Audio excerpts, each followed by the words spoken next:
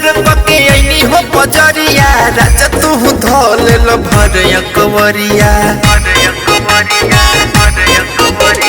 सबक सिंगार पके ऐनी हो बजरिया राजा तू धोल लो भरया कवरिया उठते ही दर्द नस नस के नस नस के नस नस के मीठा मीठा मीठा पथे कमरिया कस के मीठा मीठा मीठा पथे कमरिया कस के मीठा मीठा मीठा पथे कमरिया कस के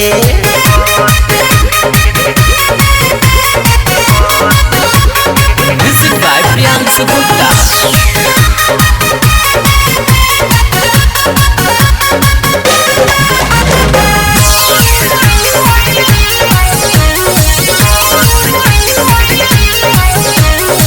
चढ़ल जवानी जिया न भइल राजा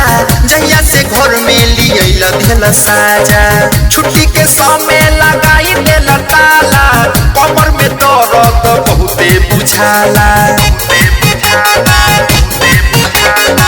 चढ़ल जवानी जिया न भइल राजा जहिया से घर में लिया के धेल साजा छुट्टी के समय लगा के जाला ताला कमर में दर्द बहुते बुझाला बात टाल दिल राजा तू हंस के अरे हंस के मीठा मीठा मीठा पथे कमरिया कस के मीठा मीठा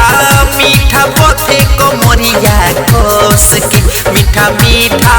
मीठा पथे कमरिया कस के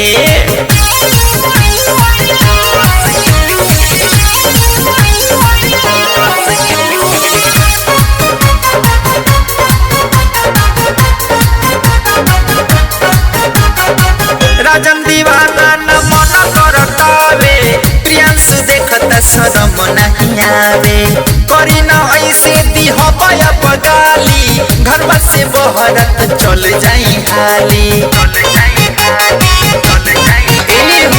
राजन दीवाना न मन करतावे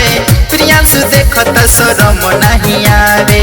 करी न ऐसे दिहबया बगाली घरवा से बहरी निकल जाई हाली मन रह जाता राजा मोर कहर के कहर के कहर के